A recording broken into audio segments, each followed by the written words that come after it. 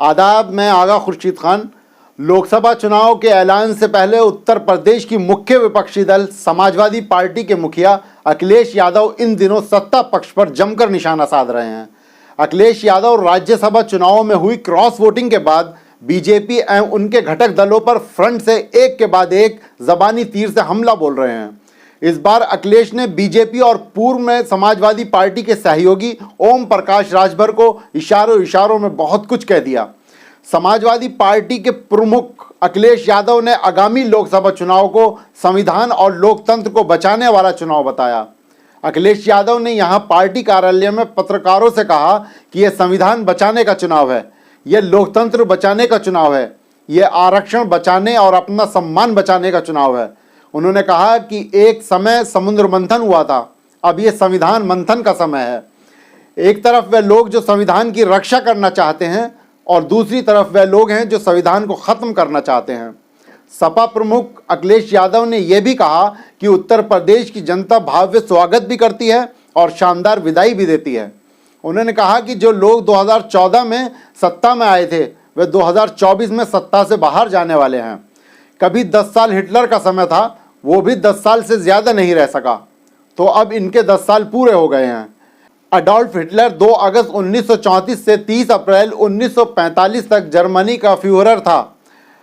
वह 30 जनवरी 1933 से 30 अप्रैल 1945 तक जर्मनी का चांसलर रहा था। उन्होंने कहा कि यूपी में जिस तरह महिलाओं के खिलाफ अपराध हो रहे हैं उसका संज्ञान गृह मंत्रालय को लेना चाहिए। प्रदेश में कई महिला उत्पीड़न के मामले लगातार सामने आ रहे हैं। प्रदेश की कानून व्यवस्था बदहाल है। केंद्रीय गृह मंत्रालय को समय समय पर राज्य की कानून व्यवस्था की समीक्षा करनी चाहिए, क्योंकि यहाँ रक्षक ही भक्षक बन जाते हैं। अखिलेश यादव ने सीबीआई और ईडी का नाम लिए बगैर कहा कि कुछ संस्थाओं को हमेशा के लिए समाप्त कर देना चाहिए।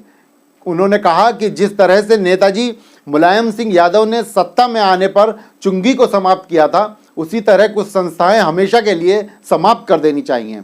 उन्होंने कहा कि हिटलर का शासन भी 10 वर्ष से अधिक नहीं रहा था, अब ये सरकार भी जाने वाली है।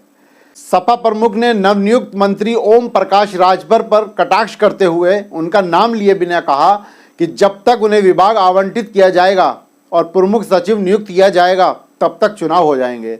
यादव ने यह भी कहा कि जब से भाजपा सत्ता में आई है देश में लगभग 1 लाख किसान आत्महत्या कर चुके हैं। उन्होंने कहा कि अगर सपा सत्ता में आई तो वह एमएसपी के लिए कानूनी गारंटी देगी। यादव ने कहा कि किसानों की मांग जायज़ है, एमएसपी लागू हो, इसकी कानूनी गारंटी हो, क्योंकि खेती अर्थव्यवस्था की रीढ़ है।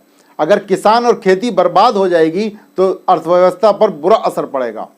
अखिलेश यादव का ये तेवर कहीं न कहीं भारतीय जनता पार्टी एवं उनके घटक दलों को बैकफुट पर धकेल रहा है। खास करके उन दलों को ज़्यादा नुकसान पहुंच सकता है जो दल पहले समाजवादी के साथ ही रहे हैं।